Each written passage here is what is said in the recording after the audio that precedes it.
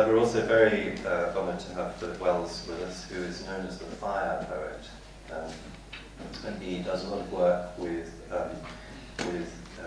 disadvantaged children. And I'm not sure if he'll speak about that, but he is famous for a 1,000-mile pilgrimage that he undertook. And this is an incredible thing because he did it barefoot. And that's real tough stuff, I think. So, Philip is going to talk about being the barefoot pilgrim. So, Philip Wells.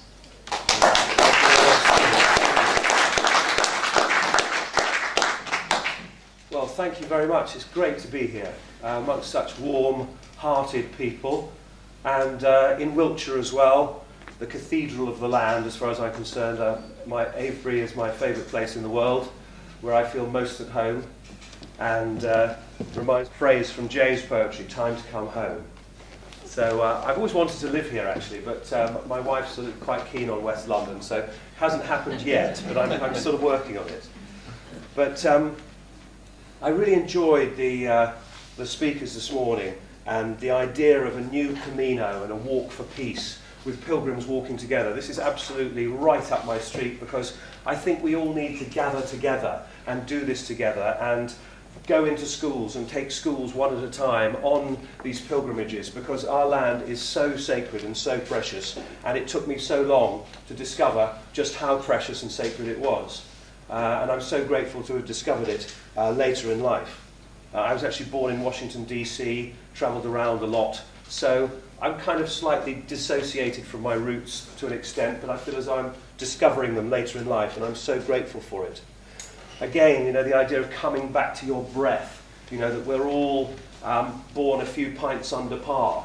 The idea that we really need to sort of catch up. But that's one way of looking at it, but sometimes I think we need to subtract to find out who we really are. The whole sort of less is more scenario, which is, I think, what I was really discovering with the walk, that it's a very, very simple thing, living well. Left, right, balancing the heart and the mind, balancing the sky and the earth, balancing the spirit and the soul, balancing the masculine and the feminine, balancing the known and the unknown, the improvised and the prepared. It all weaves together in a new narrative. And that's the new narrative that I'm really interested in trying to create. Because for me it was like a dark night of the soul being my feet, as it were, the dark night of the souls. And I think that's something that we're missing. And I was going to call it, I've written a little book about this, which I've only done the first draft, I'm afraid, but I will be quoting from a little bit of it.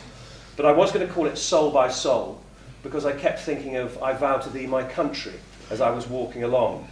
And particularly the line, soul by soul and silently, her shining bounds increase, and her ways are ways of gentleness, and all her paths are peace.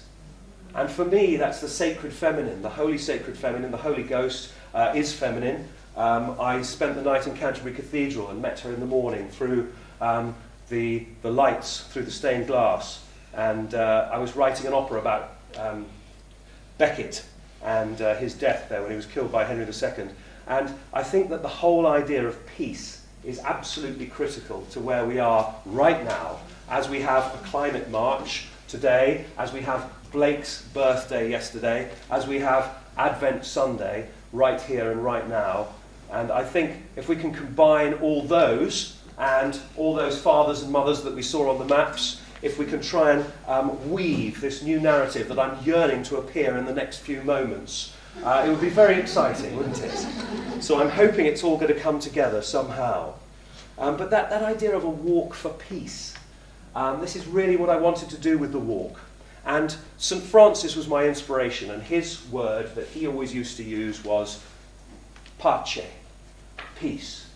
That was where he came from. They were a lot rougher back then, and there was a lot of fighting, and the times were changing. They were going from feudalism into the new sort of merchant world. So it was very much a paradigm shift happening, just as it's happening right underneath us. I mean, I think everybody realises that the ship has actually turned mid-channel already, and we're just waiting for everybody on the sort of party deck to realise that that is the case. All the crew know that we have actually turned round, but we just need to pass it on. So I think our role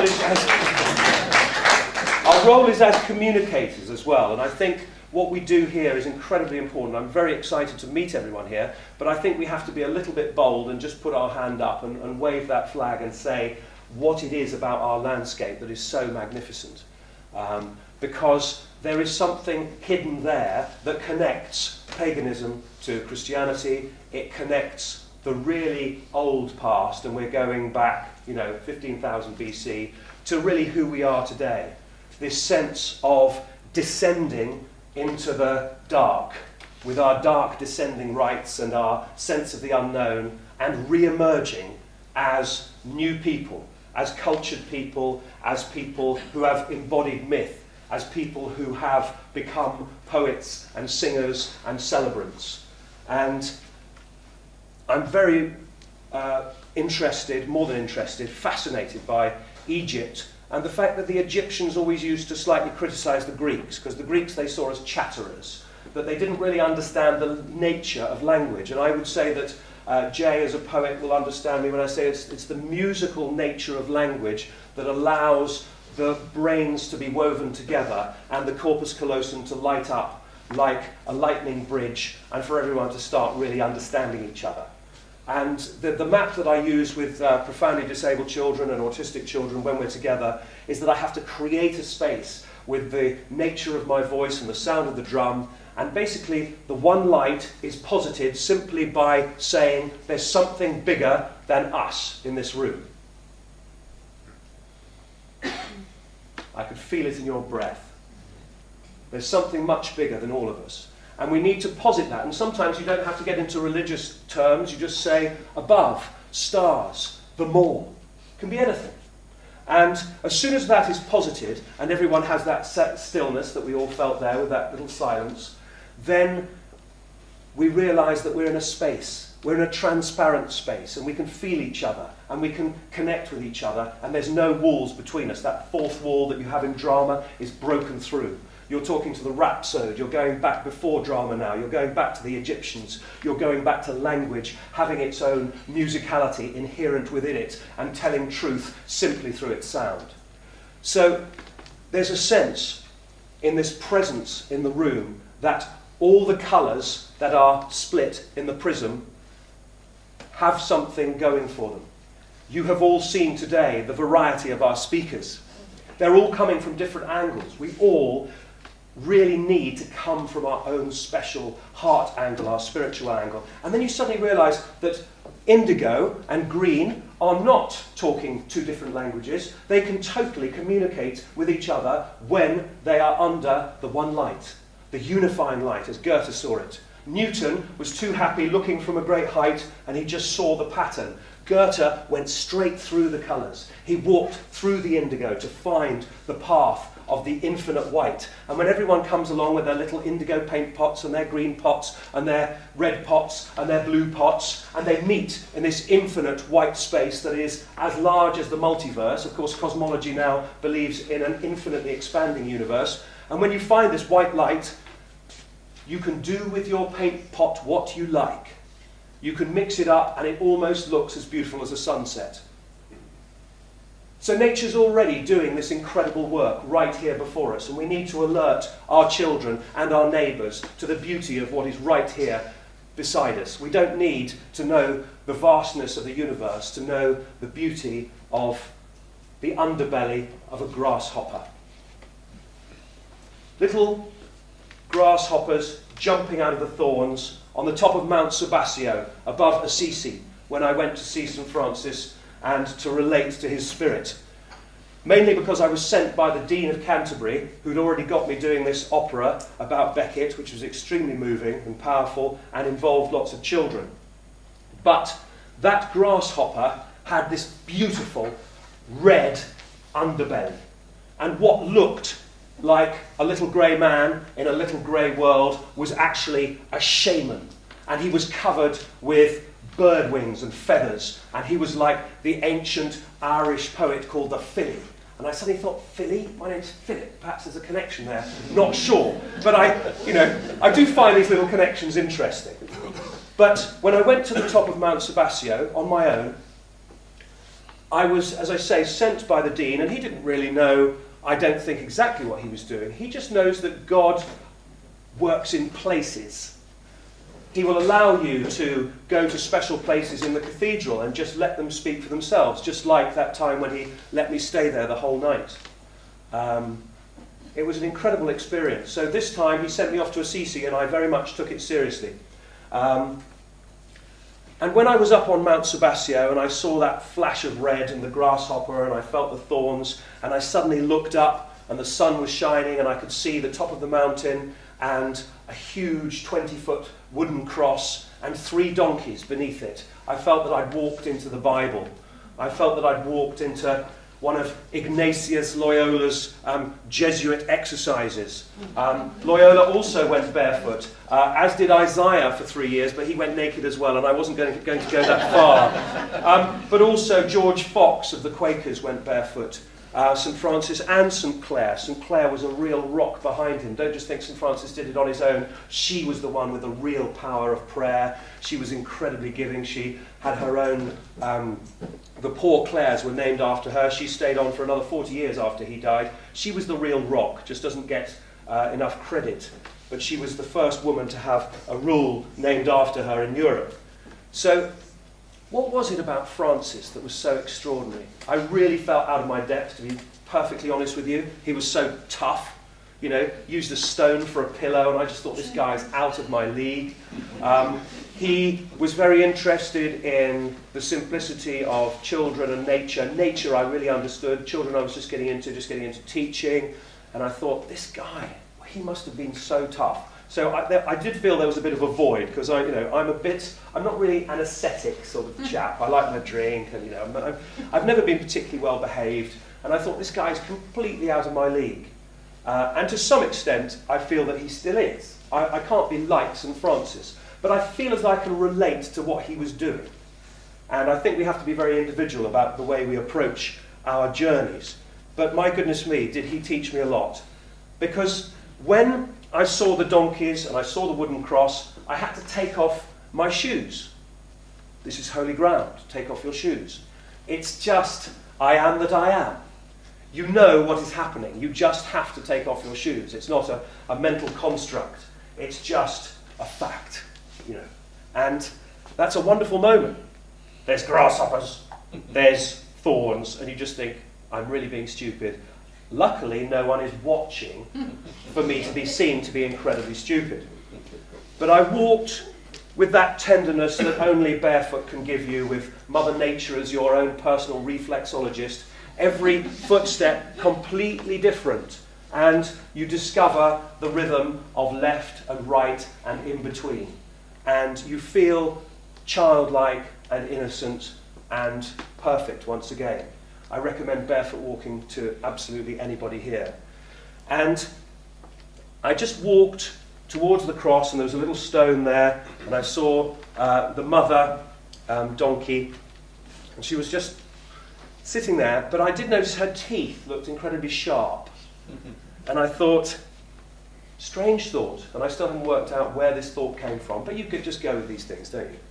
And I thought, if that donkey kisses my foot, I'm going on that walk. And I didn't know what walk I was referring to. That walk? What walk? But I felt that something big was brewing. If and only if, she kissed my foot. So some would say, superstitious nonsense, where do you get that from? But anyway, that's the thought I had. So dutifully sat down on the rock and wiggled my toes and waited for the donkey to come along. And noticed that, my little toes looked awfully like, mini carrots. And her teeth did glitter and gleam, and there's a little knife twinkle on the edge of her tooth as it shone. And I thought, I may have made a mistake. But there's that lovely calm you get in your heart when your mind's sometimes racing and your heart says, it's okay, carry on, you're in good hands. Do not be afraid of the universe. So she came forward, And I noticed she had a burr on her head, and it looked like she'd, a sort of failed unicorn. She tried to grow a horn, and it hadn't quite worked. So I just leant forward and took the burr off her, just like a little burr. Just took it off, and like Androcles and the lion, she looked quite pleased about that, and just sort of turned around a couple of times, looked at the view, and then came back, slowly potted towards me, and kissed my foot. And I thought, oh dear, my wife's going to be furious. She doesn't realise that I'm going to have to go for this great expedition. But that really was the moment. That was the moment. I thought, well, let's try. So the first thing I did was I walked around Assisi itself, and I thought, I can see something in this. So it took me a while. That was 2007. But I just wanted to share a little bit of prose with you, because the end of the day was very interesting after this, and it rather shows what a strange and superstitious oddball I am. But I'm in good hands, I think. Jay is, obod, bards, ovates and druids, I've always acted like an ovate, seeing signs everywhere, and it's really nice to be amongst people that don't think that's completely weird. Of course, the bards, do eventually become druids. I don't think I'm quite on my way yet, but I certainly feel like a bard trying to find the feminine and the beautiful in those Indo-European sort of flying headbutt words. So this is just called Last Day in Assisi. It had been so perfect, our meeting, that I could not bring myself to return to the cliff where I had met the donkeys at the foot of the wooden cross on the slopes of Mount Sebastiano above Assisi. She had kissed my naked feet. I had removed a burr from her forehead, preventing her from being a unicorn, but praising her magnificent role as a donkey.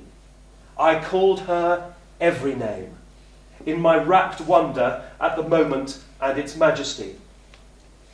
I heard them calling as the sun set, and almost answered across the mountain with my own hee-haw. But I was silent as I walked to the top of the ancient fort, and silent as I descended, the sun now set behind me. And yet I heard, beneath my slow hallowed steps, the sound of a spring, beneath the white rocks of the ancient castle. I bent down to press my ear to the earth. My eye caught a glimpse of a minute four-leafed pink flower, no bigger than an apple pip. 4 petals, the shape of the cross. And at the centre of the cross, a little face, a simple face that a young child might draw, black on yellow. And the face was sad.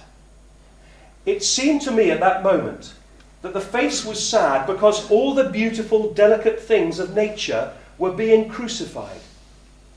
I looked up, startled by my own thought, and listened again. The underground spring rang once more with that strange, faraway sound, cutting through the silence of the darkening evening. And I heard, but the sound was not beneath my feet, but far, far away. And of course, yes, it was the bell. It was the donkey's bell. The bell of every name.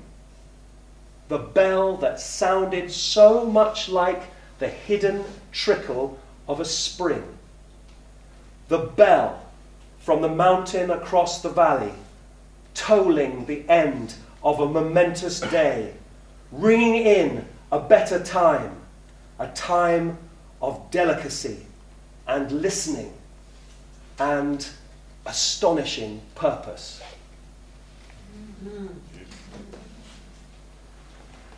So that's a rare bit of prose that you're hearing there, because I don't often share my prose, but it's kind of maybe the moment's come for the notebooks to come out and I'll see what happens.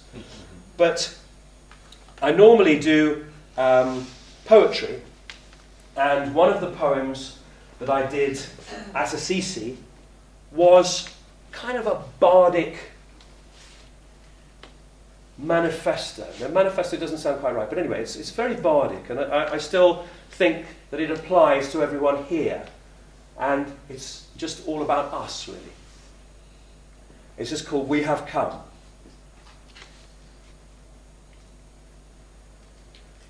We have come not to shout, but to listen. Not to hoard, but to share. Not to lash out,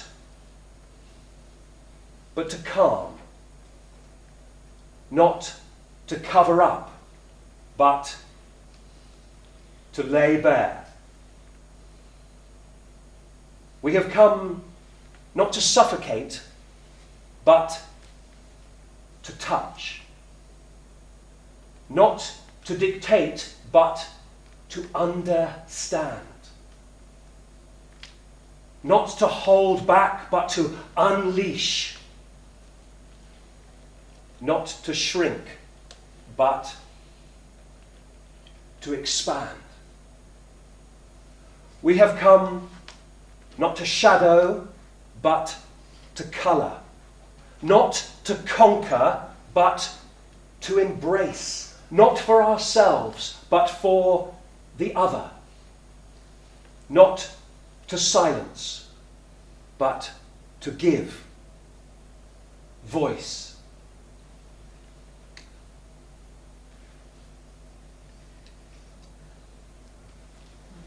There's something about the voice that's actually very down to earth and practical, and I'm sure that that's what brings in the spirit in work with children, and I'm sure the resonance of the drum brings in the soul. And that's what I felt when I was walking through Cornwall as I was struggling in the first early days, that there was a sense that the spirit of the sky and the soul of the land were carrying me forward, even though I felt some mornings in the first week that I couldn't put one foot in front of the other. In fact, I quoted one of the Antarctic explorers, it was Oates, wasn't it, who said, "I may be gone some time." I really didn't think I was going to come back. I didn't think I could walk 10 steps. At that stage, I hadn't really got into my rhythm with my feet.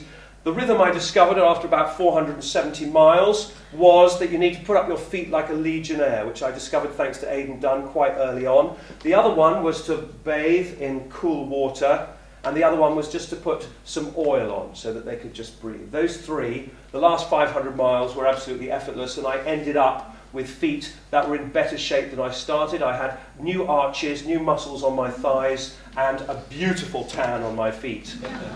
So it was a real privilege to go on this walk, and it's after Assisi, basically I did a little practice walk with my sister across Hadrian's Wall, 90 miles, and I thought, I can do 10 miles a day, I can definitely do this.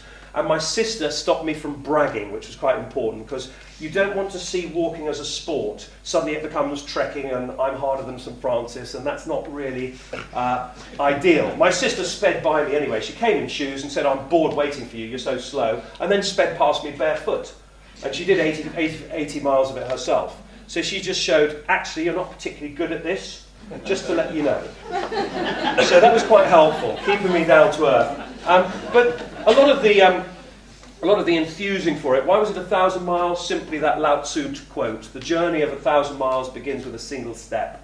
And that is really what I learned, just to do everything step by step, that anything in life is possible. Because the first person I told was a filmmaker.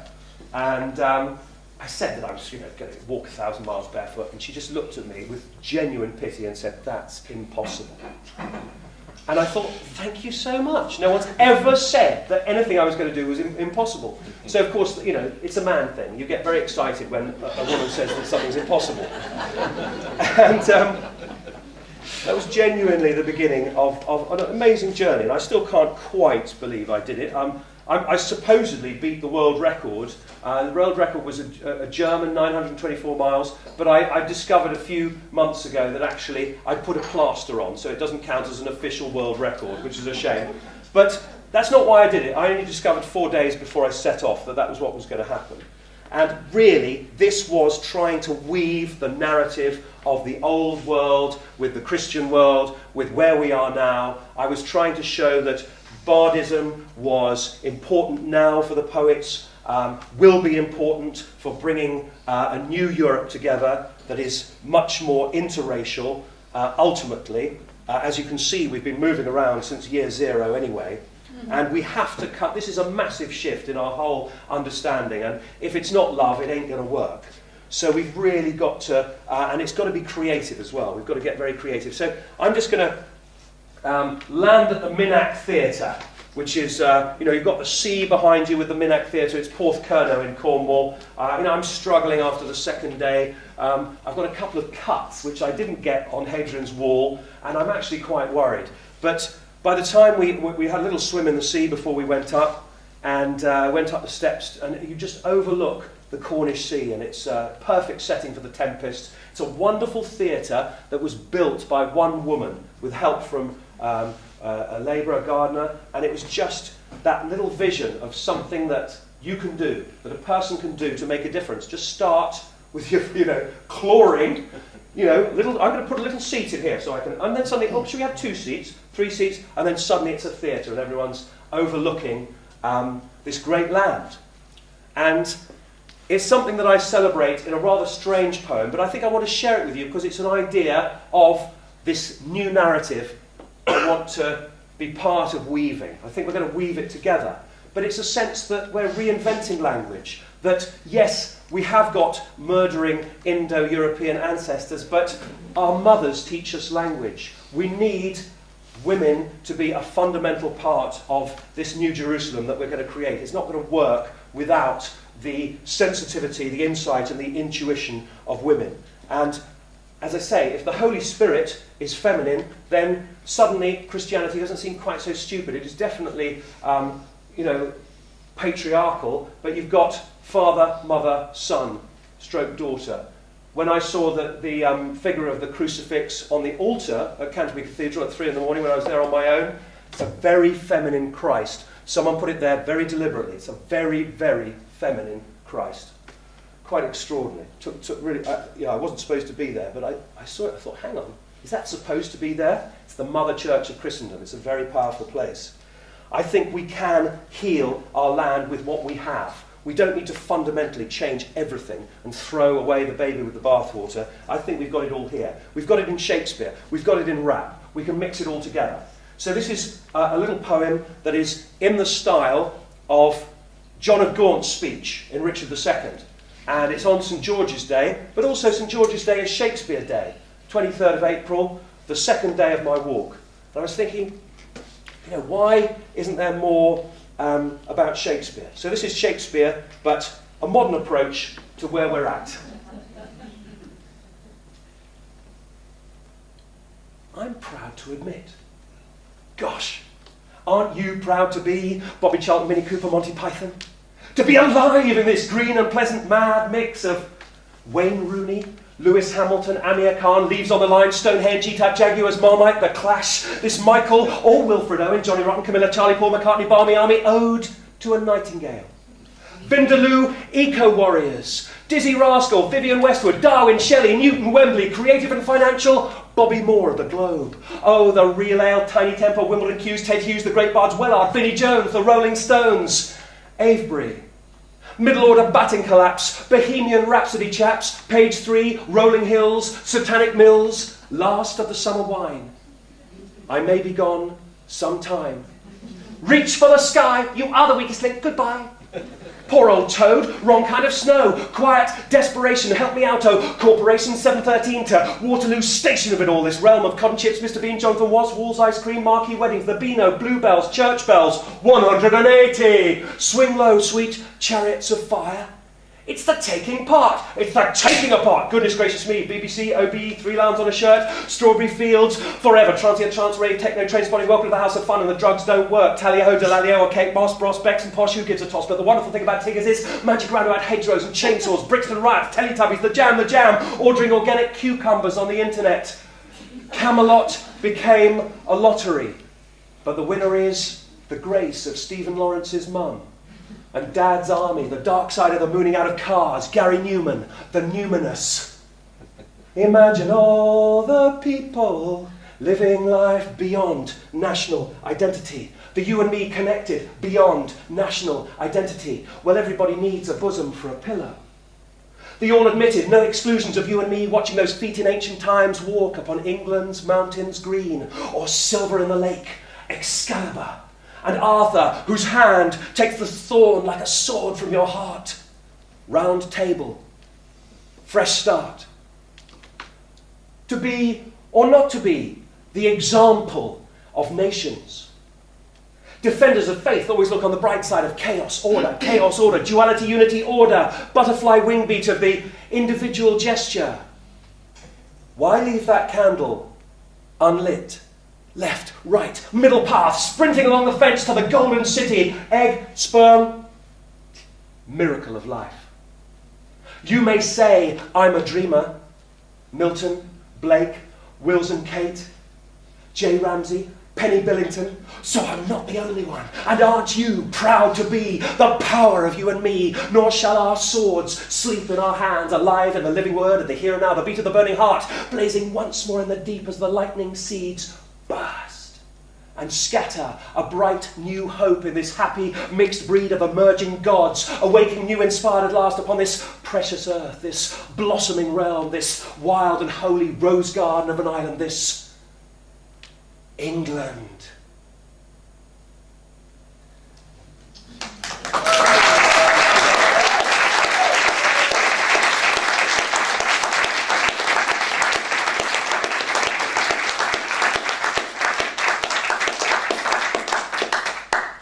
Thank you very much. Now, it was, I went also on a slightly personal odyssey, so I went to see where my mother is buried. She was drowned in Nigeria when I was 9, but her bones are in Stanton-Harcourt, just southwest of Oxford, and it's where my grandpa was. My grandpa was a lovely man, and he was sort of responsible for my having enough money to become a poet, completely off-the-wall idea, which, as I say, my wife was a little bit shocked by. But, I was incredibly lucky. And it was because of my mum died, a little bit of money came to me. But I was very grateful to him, because even though, as a sulky boy, when he took me up, I got thrown out of Eton and sent up to a little lunatic asylum for naughty boys in the Herefordshire countryside. And unfortunately, he went up in a mustard Mercedes-Benz, which doesn't go down very well in 1977, just as punk's starting. And somebody just saw us driving away and did me a little Nazi salute. And I sort of thought, I don't want to be rich. I'm 14 years old. Leave me alone. And I just had that horrible feeling. I said, so, Philip, what did you think of the school? And as only a 14-year-old can do, I sulked all the way back to London, 3 hours. And I never saw him again, because he went to China and he was so ill when he came back of lung cancer that he died very soon afterwards. And but I saw him at the funeral, and then I sort of gave my thanks. But he actually had a wonderful dream about it. And this is my dream. And I went to Stanton-Harcourt, where he was. All my cousins turned up. It was on the walk. I just had a blackthorn in my foot. So they were all thinking that this was frightfully funny, but the blackthorn was not funny. It was about that big. But it was the one thorn I got on the whole walk. And it allowed me, funnily enough, to have a very important 2 days rest, which I actually really needed at the time. And it was kind of a blessing in disguise. And it was just hit me like a lance, pretty much. But they welcomed me to the garden, and I just had that wonderful moment. I'd lost all for my having enough money to become a poet, completely off-the-wall idea, which, as I say, my wife was a little bit shocked by. But, I was incredibly lucky. And it was because of my mum died, a little bit of money came to me. But I was very grateful to him, because even though, as a sulky boy, when he took me up, I got thrown out of Eton and sent up to a little lunatic asylum for naughty boys in the Herefordshire countryside. And unfortunately, he went up in a mustard Mercedes-Benz, which doesn't go down very well in 1977, just as punk's starting. And somebody just saw us driving away and did me a little Nazi salute. And I sort of thought, I don't want to be rich. I'm 14 years old. Leave me alone. And I just had that horrible feeling. I said, "So, Philip, what did you think of the school?" And as only a 14-year-old can do, I sulked all the way back to London, 3 hours. And I never saw him again, because he went to China and he was so ill when he came back of lung cancer that he died very soon afterwards. But I saw him at the funeral, and then I sort of gave my thanks. But he actually had a wonderful dream about it. And this is my dream. And I went to Stanton Harcourt, where he was. All my cousins turned up. It was on the walk. I just had a blackthorn in my foot. So they were all thinking that this was frightfully funny. But the blackthorn was not funny. It was about that big. But it was the one thorn I got on the whole walk. And it allowed me, funnily enough, to have a very important 2 days rest, which I actually really needed at the time. And it was kind of a blessing in disguise. And it was just hit me like a lance, pretty much. But they welcomed me to the garden, and I just had that wonderful moment. I'd lost all my poems. I didn't have anything to do. I just wanted to talk. And all I could hear was the blackbirds singing like the blackbirds have never sung before. Last summer, the blackbirds were and I felt the spirit of my mother and my grandfather. It was just the most wonderful feeling. And we were just looking up at Pope's Tower, where Alexander Pope translated the Iliad and the Odyssey into English for the first time, and I was able to go up and do some filming in the top room there. But it's where my mother's buried. So it's a kind of it's a strange place, the Odyssey and the poet and the mother. So I was trying to weave a narrative, just as I'm trying to do now, in a sense. And my grandfather has been part of weaving that narrative. We talk about our ancestors. It's good to get in touch with our immediate ancestors and our far ancestors and see what they have in common and see how they might talk to each other across time as well. So this, I think, what my grandfather tells me in this dream is kind of universal, and I think it would come from an ancestor of 15,000 years old as well. I called him Pama because I couldn't say grandpa quite right, so it stuck. Pama. There was a room in my house I'd never been to, and my grandfather was there. It had high ceilings and sparkled like a cabaret. He entertained us with witty rhythms from the throne of his piano stool. I had to remind my wife that this was a dream, that he had died. It was bliss to hear the stern man laugh and sing like a child. His every word was a blessing. I told him his house and gardens were in good hands, and he wept for his father. He was frail as bone china, but wanted me to be comfortable. Waking robbed me of his smiling moustache and deep, unhurried voice. And then I heard it again. Build from the inner life. There was a room in my house I'd never been to, and my grandfather was there.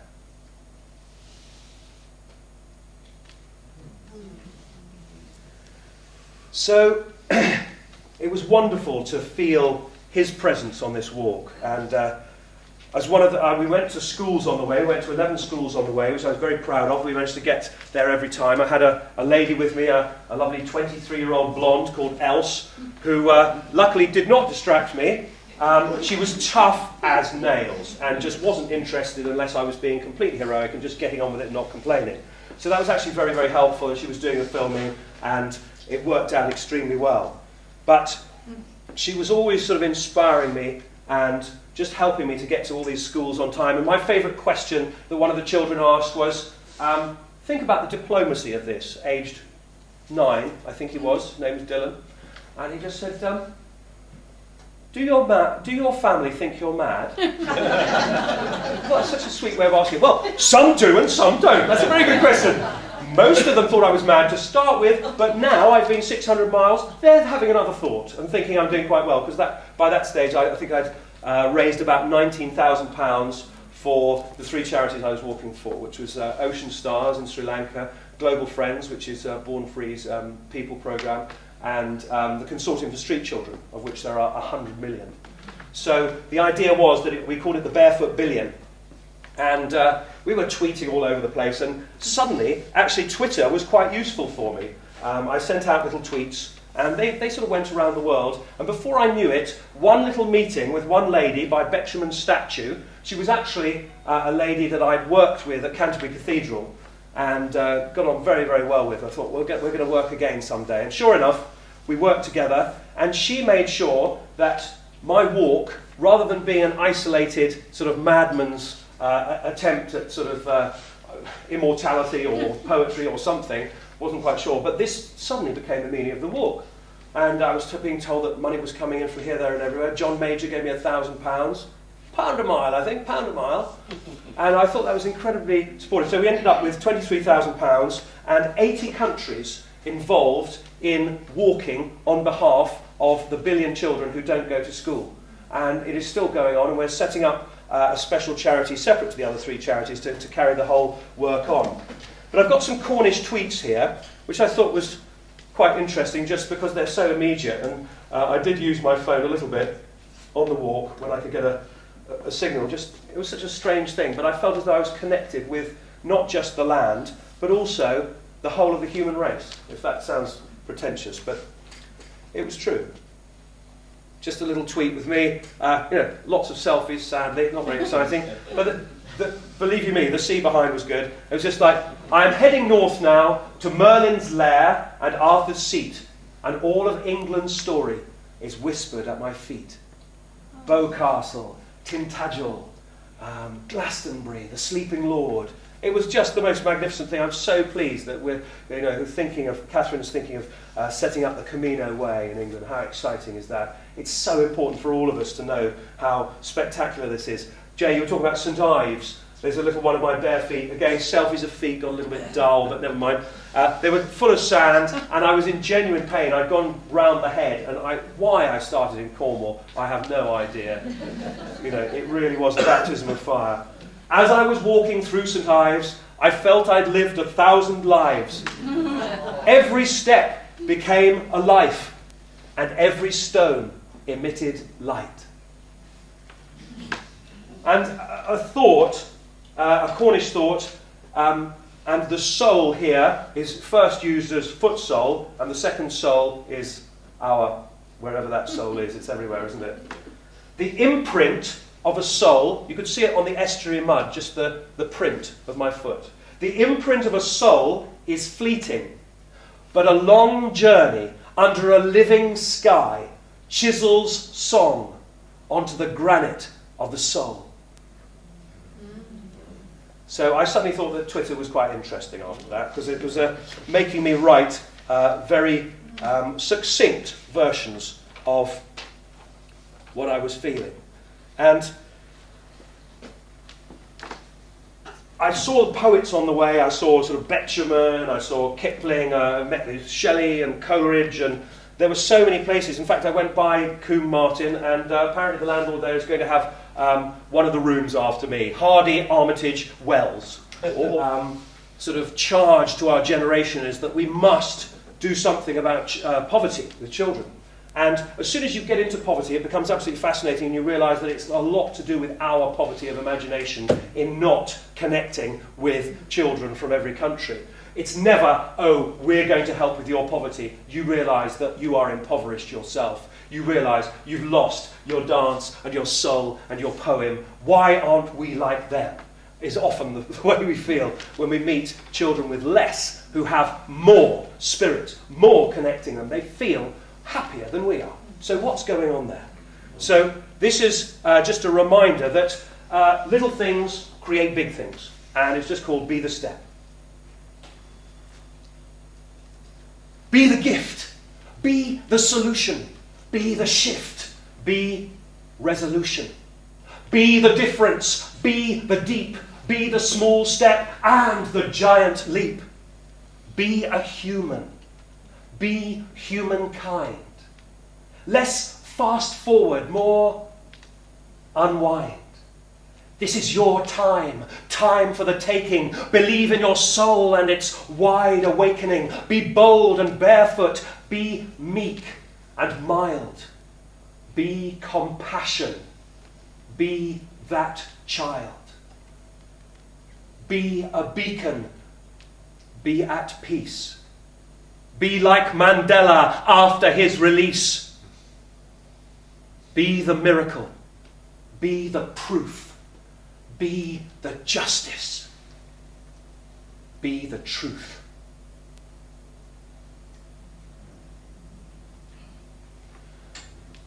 So where did I find the truth? I mean, I suppose it was all around me, and very much with Hopkins as well, because I saw him on the way at St Bino's, and I thought, here's a man who really understood English and softened it, and yet elevated it as well.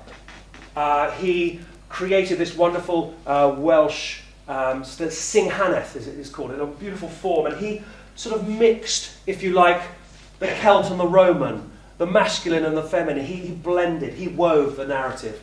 And I just commend this to you as a wonderful poem as we went through the place where Hopkins was. And there were rather serious Jesuit priests, and we sort of went in and there were a few silences, a few rather Poe faces, a few sort of fundamentalist looks. And it just, poetry breaks through all of that. Art breaks through everything. It breaks between the mystic and the prophet. Art touches everybody. It's totally universal. And there is so much art, as you know, in the landscape. It's not just dowsing, it's singing Jerusalem in the fields. I'm definitely going to sing Jerusalem again next time I get a chance. That was absolutely glorious fun, by the way. But this is God's grandeur. And this is Gerard Manley Hopkins, who started off my poetic career when I stood up in St Paul's Cathedral and recited Glory Be to God for Dappled Things on National Poetry Day in 1994. Completely changed my life, changed me inside out. So I've always had a bit of a soft spot for Hopkins. It was a magnificent moment going to see his place at St Bino's. And this is God's grandeur. The world is charged with the grandeur of God. It will shine out like shining from shook foil. It gathers to a greatness like the ooze of oil, crushed. Why do men then now not wreck his rod? Generations have trod, have trod, have trod. And all is seared with trade, bleared, smeared with toil, and wears man's smell and shares man's smudge. The soil is bare now, nor can foot feel, being shod. But for all this, nature is never spent. There lives the dearest freshness deep down things. And though the last light of the black west went, O morning at the brown brink eastward springs, because the Holy Ghost over the bent world broods with warm breast and with bright wings. Gerard Manley Hopkins, a wonderful, wonderful gentleman. So, would you like me to finish now, Stephen? I don't want you to finish ever. But I'm just thinking, in terms of timing, how late did we start, in fact? We're 5 minutes over, or 4 minutes over now. Okay. That's okay, you could go on for a little longer. I will just finish then with a little poem from my latest notebook. And it's a very special day today. As we say, it's Blake's birthday. I've got so much to be thankful for this walk. I feel as though I could talk forever about it, and I feel as though I've glimpsed, really, what is possible. But I do feel that what I discovered was my conscience actually came to life and became something completely new, and suddenly changing the world wasn't a sort of idiotic revolutionary idea that you get at university. It's something that we're actually meant to have. We're designed that way. Our souls are given us for that very reason. If you don't wake up to it this life, maybe you'll get another chance, but it's best to wake up now, resurrect in this life, as it says in the Gospel of Philip. That's not my gospel, by the way. It's first discovered 1945. There really is a special one. Of course, the Gospel of Mary is very much connecting soul and spirit and discovering the imaginal world in between, which is what I felt I discovered between the sky and the land. But also that inner child that really came out to play on the Welsh hills, particularly on the Clwydian hills where I could see Snowdon, I could see the sea. I felt full of the dream of a God that understood the feminine and the masculine at the same time. And the fertility of that, of course, is that there is a child. And as it's Advent Sunday, I thought I'd just read you the child. We were expecting cities of jewels descending and supernovae fireworks, warrior crowns and golden spears. But we were given a pregnant lady on the run, chucked out of the pub in tears, to muddle along in the dark, out the back, with sheep and donkeys for midwives. Oh, but such a child. All hope and light, and cheeks fresh from the stars, and a mother laced not with pearls, but with grace and truth.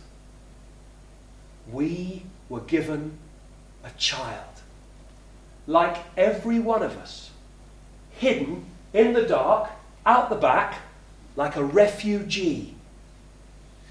A child created to be brought forward into the light, to be honoured as the most precious gift. The presence of heaven